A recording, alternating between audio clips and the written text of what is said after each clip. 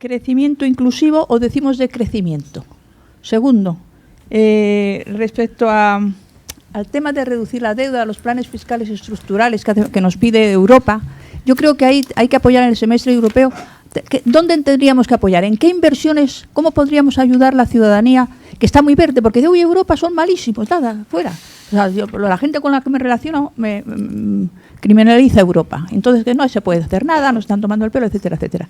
Entonces, yo creo que el kit de la cuestión es que propongamos inversiones que hagan que sean inclusivas, inversiones, reformas también, o dónde deberíamos incidir. Y otro tema muy importante es el tema de las renovables. El tema de las renovables, viendo que tanto la energía, el hidrógeno verde, como las plantas estas solares y aeroespaciales, contaminan, dejan recursos, nos estropean el paisaje. ¿Qué podemos hacer con ese Real Decreto que ha bajado un poco las exigencias de este tema? Pero yo planteo el tema del crecimiento. Has hablado de crecimiento verde, crecimiento. Algunos que tenemos memoria histórica y algunos que están por aquí también tenemos memoria histórica de lo que han sido las políticas de desarrollo sostenible. Nos inventamos el tema del desarrollo sostenible para no hablar de crecimiento. Ahora hablamos de progreso y hablamos de prosperidad, ¿no? ¿Hasta qué punto tendríamos que redefinir también el concepto de progreso? Porque claro, está claro que si cuando avanzamos en una línea equivocada, progresar es justamente lo menos que debemos hacer. Yo creo que esto es bastante importante, ¿no? Porque luego has planteado el tema del New Green Deal, que efectivamente hablas de crecimiento verde. Estamos en una perspectiva muy positiva a priori. Lo que ocurre es que no puedo evitar pensar en que a mí me suenan muchas cosas de las que están pasando a lo que en los años finales de los 80 hablamos de desarrollo sostenible. Es decir, ¿cuáles son las claves, según tu opinión, que diferencian todas las políticas de desarrollo sostenible que ha habido en la Unión Europea con respecto al Green New Deal, ¿no? Porque ya sabes que hay buenas políticas con muy buenas intenciones, pero luego quedan viciadas por la operativa, ¿no? Por la implementación, ¿no? Yo creo que esto es fundamental, ¿no? Hay políticas, fíjate en Davos lo que ha pasado ahora, ¿no? Es decir, un frenesí verde que es majestático, ¿no? Es impresionante, ¿no? Por cierto, no es la primera vez que lo plantean, ¿eh? Hablan de seguridad, Global Risks lleva hablando muchísimos años de seguridad, lo que pasa es seguridad para ellos, ¿no? No confundamos los términos, ¿no? Seguridad efectivamente hablan, ¿no? Hay neocolonialismo, es que estaría yo pensando, hay neoliberalismo verde, ¿eh? Hay pelotazos que son verdes, ¿no? Y el Next Generation hay algunos pelotazos que son pelotazos, aunque verdes. Otro tema que contemplaba la compañera, ¿no? Es decir, el tema del crecimiento, que bueno, que es un tema que además está, y vosotros lo sabréis, que está en estudio en la Unión Europea, hay un grupo de trabajo específicamente estudiando las políticas de postcrecimiento y de crecimiento. ¿Hasta qué punto, y esta quizás es la pregunta, hasta qué punto deberíamos reformular el de crecimiento y que no parezca un reduccionismo más, un reduccionismo que en definitiva puede remediar el reduccionismo que implica el propio crecimiento, ¿no? Es decir, que yo creo que el crecimiento tiene bastante recorrido. De hecho, hay autores que dicen que ya estamos en pleno proceso de decrecimiento, ¿no? La cuestión es qué decrecimiento, cómo haremos ese decrecimiento para no ahondar en las políticas de desigualdad, ¿no? Puede pasar también. En definitiva, ya termino. Tú has planteado, yo no soy tan optimista como se me está viendo, ojalá tenga razón, pero no soy tan optimista porque implicaría una transformación mucho más rotunda, más cultural de la política de la Unión Europea. Entonces, ¿hasta qué punto estamos hablando de transición ecológica de la economía y no es necesario hacer una transición económica hacia la ecología, que no es lo mismo? Parece lo mismo, pero no lo es. Perdonad si me he extendido. Con el salto que se ha dado tras la pandemia, con este casi principio de presupuesto europeo, ¿puede haber esperanzas de algún impuesto comunitario? Por ejemplo, de hecho, para las transnacionales, más que coordinar, pues probablemente fuera más eficaz, ¿no? Y al mismo tiempo, pues sí que sería un salto cualitativo y cuantitativo en la construcción de Europa, ¿no? Habéis dado un panorama de los retos españoles de lo más bondadoso. Parece que no tenemos ninguno, que los problemas son de Europa, no de España. Por ejemplo, Inma ha hablado de que estamos a un nivel bien medio europeo. Yo todavía no tengo receta electrónica y en España es un problema creciente el acceso a la información y gestión en las administraciones públicas. Un problema grave porque, bueno, basta con leer los periódicos, ¿no? Es sorprendente que se pase diciendo que aquí estamos bien. Y Susana, hombre, es muy discutible lo de si un poco de competencia fiscal es buena o no.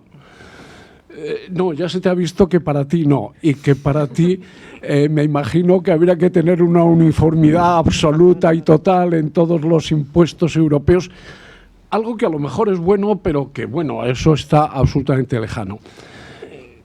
Pero me sorprende, y de nuevo esto, y para provocar un poco, que ante los retos europeos, pues España se había comprometido a cambio de los fondos europeos a hacer una reforma integral del sistema fiscal y nada, cero. Y en este año tampoco se va a hacer porque es año electoral, evidentemente.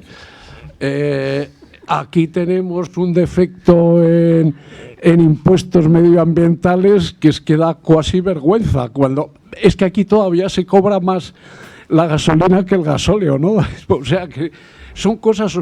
Entonces me gustaría mucho, habrá que hacer otra sesión de esto, que veamos un poco más los retos que tenemos. Muchísimas gracias. Hola, buenas tardes. A mí me gustaría trasladaros un tema que es la doble moral de muchas de las cosas que habéis comentado. Doble moral, por ejemplo, cuando la Comisión Europa lucha contra el gas natural, pero lo que lucha es para que el gas natural no sea ruso y aumentamos el consumo de fracking de Estados Unidos. Cuando la taxonomía de inversión sostenible apuesta por la nuclear y por el gas natural.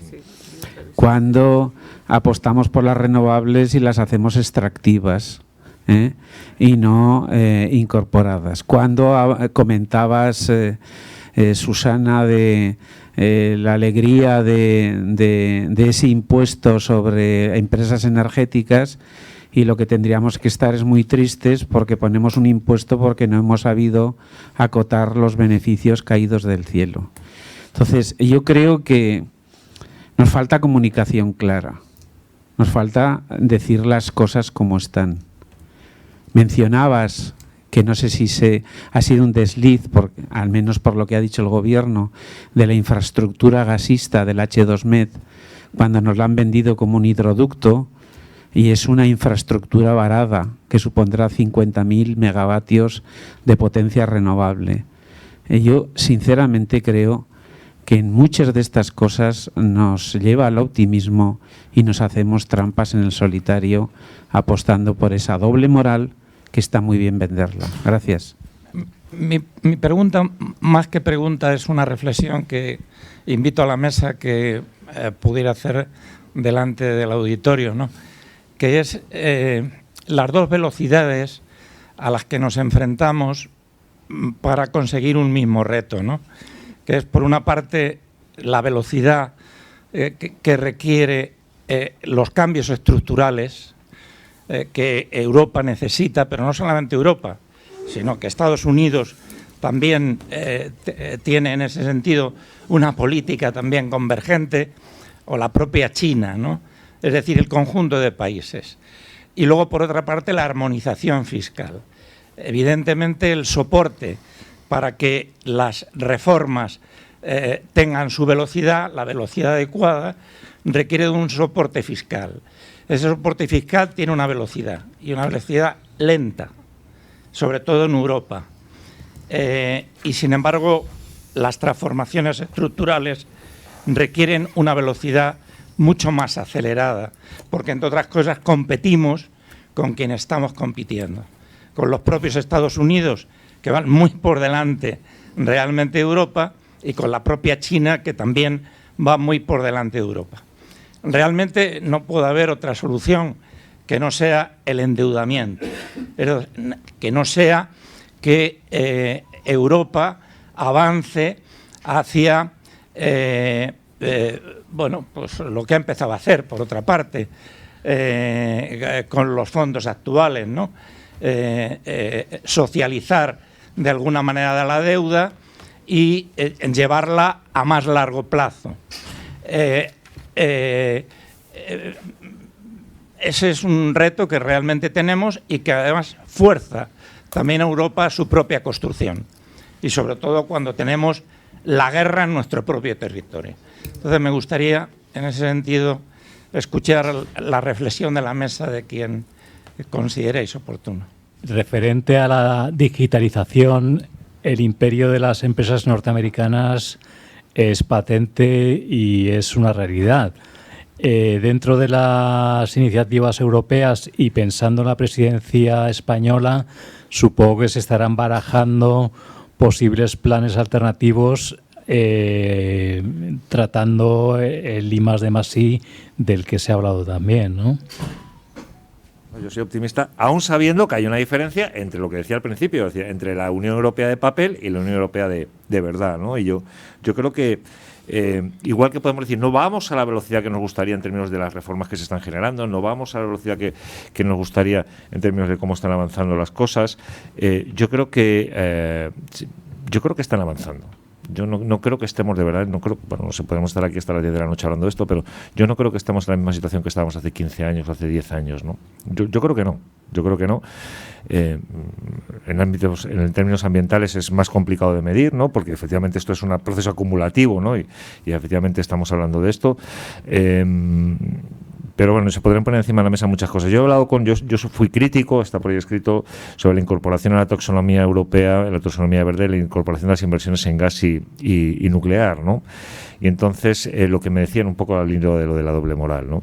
Lo que me decían los técnicos de la Comisión, los especialistas de la Comisión, es que en Europa del Este necesitan sacarse el carbón ya. Entonces, claro, pues necesitan sacarse el carbón. Y las tecnologías, y también creo que es justo darse cuenta de que las tecnologías renovables no pueden sustituir, a fecha de hoy, no pueden sustituir plenamente a las energías fósiles. Yo creo que eso es engañarnos. Lo digo honestamente, no pueden hacerlo. No pueden hacerlo al 100%. Entonces tú le vas a pedir a un país gobernado por un autócrata o por algo parecido a un autócrata, no le vas a decir a su sociedad que va a dejar de utilizar el petróleo y va a empezar a decrecer en 10 años. Es que no va a salir. No va a salir. Yo lo siento, me gustaría que fuera así, pero es que no va a salir. O sea, tenemos que buscar la manera. Entonces, para eso se puso esto en la taxonomía. No para que España invierta en gas, sino para que lo haga Polonia, para que lo haga Hungría, etcétera, que tienen plantas de carbón que tienen que cerrar y que no tienen alternativa. Dice, la alternativa es que no consumáis energía. Dice, bueno, pues a lo mejor no me mola tu plan, ¿no? A lo mejor yo prefiero seguir consumiendo energía, ¿no? Por lo tanto, hay que tener en cuenta también que la Europa real, cuando se enfrenta a los problemas reales, pues aparecen estas cosas, ¿no? Pero sí me gustaría detenerme en lo que se ha planteado en términos de si tenemos que hablar de crecimiento inclusivo o de crecimiento, ¿no? Yo soy de la opinión de que lo que tenemos que hablar es de crecimiento inclusivo. Entonces le doy una vuelta más, ¿eh? El decrecimiento per se puede llevarnos a la ruina. No vamos a dejar de crecer. Así, si lo hacemos así, esto es como tirarse por un ascensor, por el hueco de las escaleras. Hay que bajar las escaleras, no tirarse por las escaleras, ¿no? Entonces yo hablaría de crecimiento inclusivo. ¿Qué es para mí el decrecimiento inclusivo? Para mí el decrecimiento inclusivo es aquella gestión de la política económica, y luego hablaremos de ello, aquella gestión de la política económica que no deja a nadie atrás, que hace que podamos enfrentar los límites de la sostenibilidad desde un punto de vista socialmente justo. Porque si no lo hacemos así, va a descarrilar, vamos a empezar a ver protestas, vamos a empezar a ver. Yo también voy a poner un ejemplo muy concreto, ¿no? que muchos de ustedes pues a lo mejor han pensado en él, ¿no? Yo soy una persona de clase obrera, no me puedo comprar un piso en el centro de Madrid. Yo soy un estudiante. Entonces me voy a vivir, no sé, a Móstoles, a Fuenlabrada, ¿no? Y entonces tengo que entrar a las 6 de la mañana a trabajar, ¿no? Y tengo un coche. Y yo pues cojo mi coche a las 7 de la mañana en Fuenlabrada y me pongo en el polígono industrial de donde sea, o vengo a la ciudad, en mi coche, con mi casita. Entonces, bueno, pues intento vivir, ¿no? Y entonces llega un día alguien y dice, no, usted no puede meter su coche en la M30, usted tiene que venir en transporte público. Dice, ¿me va a incrementar usted el transporte público? No, no se lo voy a incrementar. ¿Qué pensáis que va a votar ese hombre? Que le estáis diciendo que su vida es una vida insostenible, que está contribuyendo a deteriorar el planeta y no le das una alternativa. Mira, la transición ecológica tiene 3 principios. Esto nos gusta mucho a los economistas, los trilemas. Puede ser justa, puede ser rápida y puede ser barata, pero solamente puede ser 2 cosas a la vez. Si es justa y rápida, no va a ser barata. Si es justa y barata, no va a ser rápida. Y si es rápida y barata, no va a ser justa. Estamos apostando por una transición rápida y barata. Rápida y barata, y no está siendo justa, porque no estamos invirtiendo lo que teníamos que invertir. Y ahí recojo algunos de los hilos que se han planteado en términos de cómo vamos a financiar esto. Yo podría decir ahora, la financiación privada lo puede arreglar. No lo va a arreglar. En países como España, que está altamente endeudado y sin capacidad de inversión fiscal y sin capacidad de marcos de solidaridad fiscal, tenemos un problema. Antes hablaba de qué problemas tenemos en España. En España tenemos un problema, que tenemos un 118%, un 114% de deuda pública acumulada, ¿no? Y yo, bueno, pues no tenemos margen fiscal para hacer las inversiones que se tienen que hacer, ¿no? Yo en su momento, hace 2 años, tuve mi coste por hacerlo. Firmé un manifiesto que encabezaba Tomás Piketty y otros cuantos economistas pidiendo que se condonara toda la deuda que tiene el Banco Central Europeo nuestra. Quiero decir, que el Banco Central Europeo la tachara y que empezáramos a hacer un fresh start, ¿no? Como se hace en otras ocasiones. Fue un debate ahí, tal, los insultaban por la calle, tal, no sé qué, los medios, tal, querer cargar los tratados, no sé qué, no sé cuántas, tal. Pero yo creo que es una buena opción, y yo creo que deberíamos reconsiderarla, porque necesitamos financiar esto de una manera justa, porque si no, no va a salir. Aún a sabiendas de lo que decía, que al final lo que va a haber es un decrecimiento. O sea, aquí se trata de elegir si vamos a decrecer orgánicamente, ordenadamente, de manera justa, si el crecimiento se va a parar, porque es que el crecimiento económico se está parando. Es que no es que lo decidamos, el decrecimiento no es una opción, no es que es una opción, es que es una realidad. Es una realidad. A partir del año 2050 el Producto Interior Bruto del mundo va a empezar a caer, porque vamos a ser menos, porque va a haber menos capacidad, porque el planeta no tiene capacidad de carga. O sea, no lo podemos decidir. Es que ya va a ocurrir, sabemos que va a ocurrir. Ahora, lo que tenemos que ver es cómo va a ocurrir. Si va a ocurrir con una acumulación de la riqueza y del capital en manos de unos cuantos, o si lo podemos hacer de manera democrática, ¿no? Y esa es la jugada. O sea, para mí ya el debate no está entre el crecimiento inclusivo o el decrecimiento. Para mí la jugada está en si vamos a vivir en una sociedad con decrecimiento inclusivo. O sea, a fecha de hoy, las perspectivas de crecimiento económico que tenemos para los próximos 30 años son prácticamente planas. Y esto hay que decírselo a la gente que tiene ahora 12, 13 años, que va a vivir en un mundo donde sus perspectivas económicas van a ser planas, ¿no? Yo creo que nos jugamos mucho ahí, ¿no? Nos jugamos mucho porque hacemos de los retos, nos jugamos mucho y no va a ser fácil sacarlo todo adelante. Me encantaría entrar a lo del decrecimiento también, pero aquí sí que... O sea, yo creo que el problema que tenemos con el modelo fiscal en el marco europeo es el de la armonización, que no es el de la unificación. Cuando hablamos en el marco europeo de armonización, estamos hablando sobre todo de armonización de criterios. No estamos diciendo que todos los países tengan que tener exactamente el mismo tipo impositivo para todos los impuestos. Sí que se está planteando que se tienen que entender las cosas de la misma manera. Y entre las cosas que se tienen que entender es que un país no puede estar literalmente robando recursos tributarios a otro país. Para mí esa es la competencia desleal, no el hecho de que haya una competencia. Y lo que tenemos ahora es una competencia agresiva. Tenemos países que son capaces, que permiten, es decir, que la Unión Europea tolera que puedan atraer, ni siquiera son inversión, sino deslocalización de beneficios con una competencia desleal frente a otros países, y que significa que están robando literalmente bases tributarias de otros países. Lo digo así porque se ha reconocido en el fondo también por la propia Comisión Europea, que en sus distintos semestres europeos desde hace unos cuantos años reconoce que hay al menos 7 países con prácticas fiscales agresivas, y entiende, por tanto, que el marco de macroestabilidad europeo está amenazado por estos países que están no solamente poniendo determinados tipos muy bajos, sino además poniendo en marcha algunos mecanismos que significa todavía rebajar aún más esos impuestos o el tratamiento fiscal de determinadas rentas o determinados beneficios allí. Y para mí eso es muy peligroso. Es muy peligroso porque, es decir, no podemos estar planteando que construyas una coordinación de determinadas políticas cuando hay un país que puede tener un tratamiento fiscal completamente desleal frente a otros países. Pero además, es decir, no podemos estar planteando esos debates en el marco europeo y luego no plantearlos aquí también, lo que genera mucha tensión social. Entonces, queremos una coordinación, es decir, queremos avanzar hacia un marco de integración, necesitamos hacerlo dentro de esa integración fiscal, que no significa la unificación de todos los tipos. Entonces, cuando Juan plantea si podemos imaginar que habrá algún impuesto europeo para generar recursos adicionales al presupuesto, pues ese era el objetivo antes de la pandemia también, pero las crisis no nos lo han puesto. O sea, debería ser el debate al revés. De hecho, en el principio sí se planteó que toda esta generación de los fondos europeos se iba a financiar con recursos de nuevos impuestos europeos, entre ellos a los servicios digitales. Bueno, pues el impuesto a los servicios digitales europeo murió muy rápidamente antes de nacer. Se plantea ahora, cuando se están planteando esta idea de las bases armonizadas europeas, una de las ideas inicialmente era que una parte de lo que se recaudara pudiera ir al Fondo Europeo.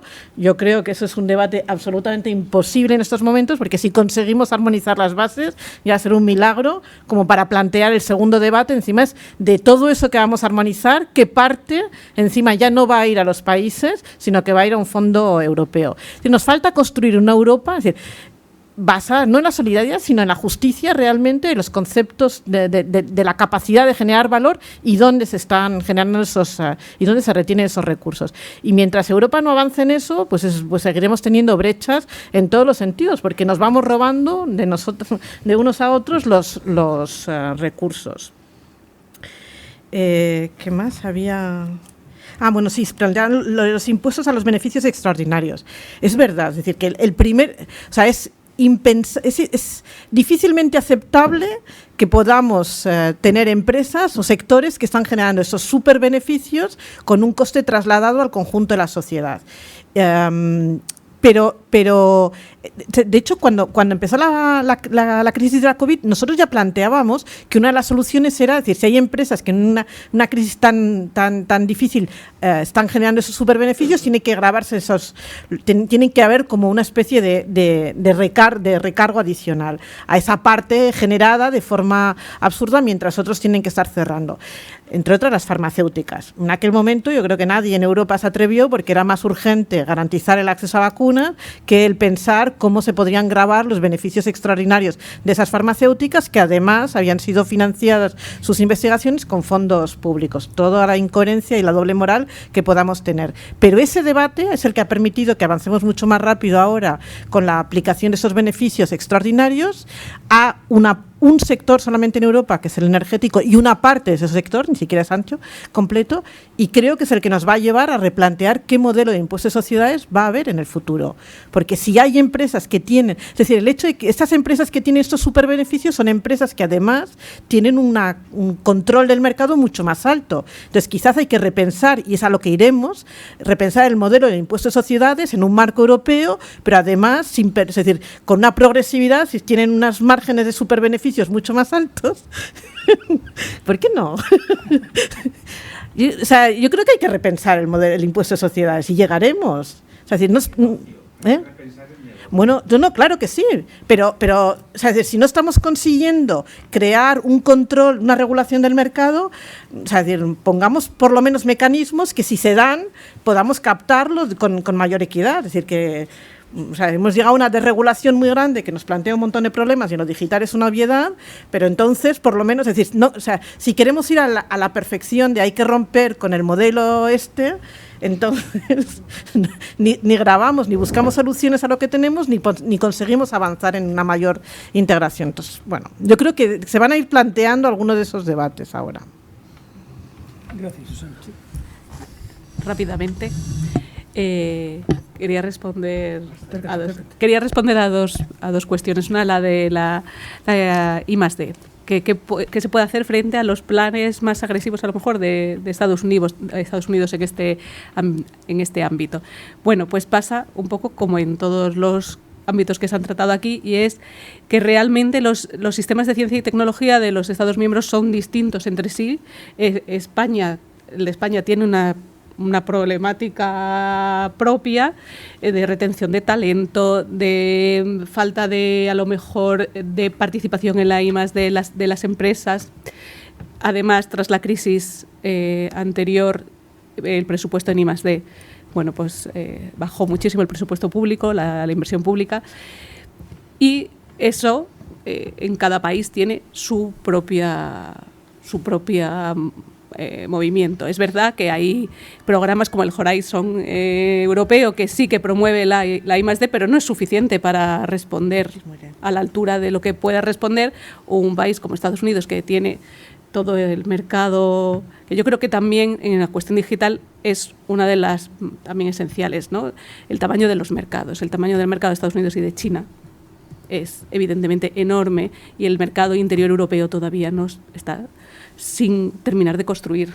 Y entonces, cuando no hay esa unión ni siquiera del mercado único, que llevamos hablando de mercado único ¿desde cuándo? Desde hace muchísimo, ni tampoco la Unión Económica y Monetaria se ha completado toda su arquitectura, ni hay integración financiera total, ni tampoco hay integración presupuestaria, aunque se supone que es uno de los sería el objetivo final, o cómo se culminaría la Unión Económica y Monetaria, ¿no? Y también el mercado interior existen muchas fricciones, y lo estamos viendo con las ayudas de Estado que antes has comentado. Entonces, bueno, pues ya esa falta, es muy difícil aunar fuerzas en investigación y desarrollo también. Pero bueno, no sé, ya esto un poco pesimista, hay que dejarlo claro. Y luego, me encanta decir esto, me encanta que haya hecho esa pregunta sobre efectivamente, España de media está bien, sale bien en la foto, pero cuando uno rasca en los indicadores y se va realmente al terreno, es cuando se ve todos esos problemas que existen realmente, lo que se llaman las brechas de uso en cuestiones digitales, que además durante la pandemia se pusieron más de manifiesto. Se vio cuando todos estábamos confinados en casa, no todo el mundo disponía ni de las posibilidades de la educación online, pese a que sus hijos lo necesitasen, por razones de renta, incluso también del nivel de estudios de los propios padres, o del nivel de estudios.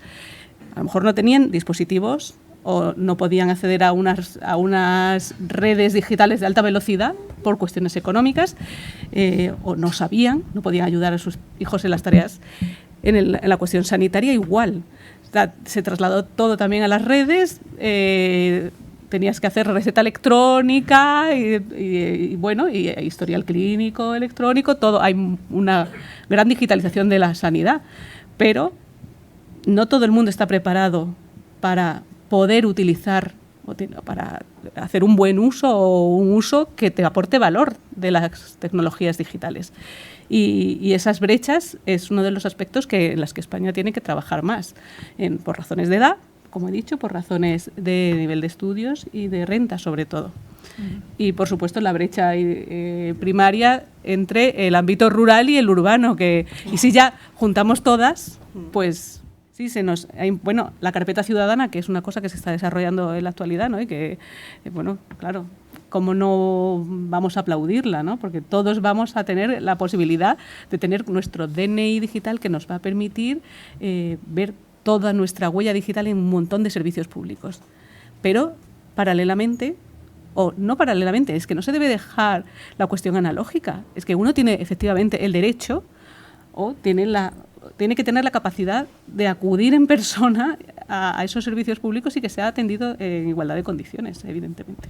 Sí, para mí es fundamental, en todo caso, el no perder de vista que vivimos en mundos muy complejos, y que cuando estamos hablando de crecimiento, estamos pensando en claves, en distintos claves. Clave de comunidad autónoma, clave de país, clave de Unión Europea, clave de mundo. Entonces, en esas claves hay que tener en cuenta cómo están las distintas partes del mundo, de manera que introducir, como insinuaba Mac antes, elementos de distribución o de valorar de alguna manera las desigualdades de partida, me parece que es importante para poder comprender mejor el significado del decrecimiento. Es decir, hay países que han crecido seguramente mucho y probablemente haya que revisar y buscar a ver cuál es el procedimiento. Y cuando midamos el crecimiento, esto ya es antiguo, hay una preocupación importante, ¿no? No nos quedemos solo en el PIB, sino que vayamos a otra serie de elementos, ¿no?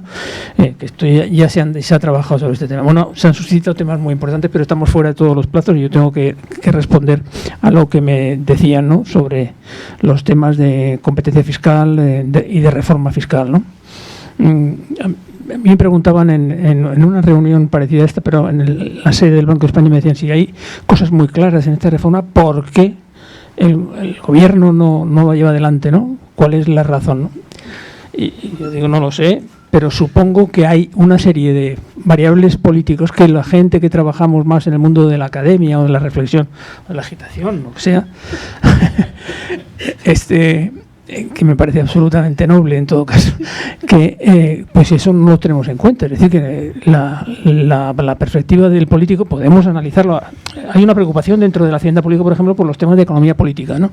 Es decir, cómo reaccionan. Y evidentemente, alguien lo comentaba, parece que tú, ¿no?, sobre los procesos electorales. Pues es evidente, ¿no? Eso forma parte de la vida democrática, con todos los aspectos positivos y negativos de la democracia. De manera que eso hay que contarlo. Hay que contar con eso, ¿no? Y a mí me parece que es importante, pues, intentar entenderlo, ¿no? A pesar de que no nos guste. A mí no me gusta en absoluto haber hecho un esfuerzo y que haya quedado en tierra baldía un poco, ¿no? Entonces, ¿qué puedo decir respecto a un poquito más sobre la reforma, ¿no? La petición que se nos hacía, la demanda que se nos hacía desde el plan de transformación, que después se canaliza a través del Ministerio de Hacienda y de la resolución de la Secretaría de Estado correspondiente, es que hiciéramos dos partes de trabajo, una parte de valoración general del sistema, y se insistía mucho. ¿Cuál es la relación que hay entre las figuras tributarias? ¿Cuáles son las conexiones? ¿Cómo se puede explicar y tal? Y luego, análisis específico en 4 puntos concretos, porque se estaba pensando en una hacienda para el siglo XXI. Digitalización, impuestos patrimoniales, impuestos sobre sociedades, y me queda un cuarto que siempre se me y los medioambientales. Las propuestas, bueno, cada uno de esos capítulos son 100 páginas en la reforma, de manera que está trabajado con mucha intensidad. Los medioambientales, que es el primero de los 4 que se analizan, está además con múltiples simulaciones, preferimos hacer un trabajo de largo recorrido. Y la parte primera, que es la parte de valoración general, son ya como 200 y pico páginas, ¿no? Y aquí nos encontramos con el problema, o sea, primero para intentar diferenciar una parte de la otra, en la medida que entendíamos que había 2 demandas distintas, pues la segunda parte, que son temas específicos, acabamos con propuestas. Y hay 118 propuestas en el libro blanco. Y en la otra parte evitábamos el término propuesta porque no nos habían pedido que nos pronunciáramos sobre los grandes impuestos, pero nosotros dijimos, ¿cómo vamos a hacer un libro blanco sin hablar del impuesto sobre la renta, del impuesto sobre el valor añadido y de la gestión tributaria, administración fiscal, fraude fiscal? Pues evidentemente había que hacerlo y está tratado con bastante profusión. Claro, si hablamos de sistema, pues ahí hay una serie de temas que políticamente son difíciles de aplicar, yo lo entiendo. Si hablamos de introducir más impuestos medioambientales, eso tiene un coste, en términos de competitividad, en términos de dinero y en términos también de resultados de solidaridad, podríamos decir, de cómo queda la gente. Por lo tanto, hay que buscar procedimientos. Y nosotros optábamos por ese mecanismo de las deducciones reembolsables, ¿no?, que a nuestro juicio es lo razonable y que seguramente se irá por ahí en el futuro. Y eso también podríamos aplicarlo para pensar un poco en el IVA. No me quiero extender más porque, como pueden entender, me apasiona el tema. Pero en el IVA pasa lo mismo. Es decir, nosotros vemos las estadísticas y resulta que en las estadísticas el mayor volumen de gastos fiscales en imposición indirecta se producen en España. ¿Y por qué? Dice, porque hay muchas minoraciones, no porque hay muchos tipos reducidos o superreducidos, y entonces se va a una buena parte. ¿Y a quién benefician esos tipos? ¿Y a quién benefician? Bueno, pues ciertamente no a los individuos de menor renta, sino diremos a toda la población como mínimo, y seguramente hay algún cálculo que dice que el 40% de los beneficios fiscales, de los gastos fiscales, del 55% de los beneficios fiscales, es apropiado por el 40% más rico de la población. ¿Por qué? Porque consumen más, porque gastan más, etcétera, ¿no? Entonces, eso puede salir. En resumen, el IVA no es un impuesto redistributivo, ni está pensado para eso. Llevamos años hablando de esto, ¿verdad, Juan? Hace muchos años. Entonces, países relativamente sensatos pues tienen un impuesto de tipo único. Bajemos el impuesto, en lugar de hacer el tipo general del 21%, hagamos uno del 15% y dediquémonos a recaudar dinero para hacer políticas sociales por la vía del gasto, o que juegue un papel más importante la agencia tributaria en esos términos de conectar a los individuos que tienen más problemas, etcétera.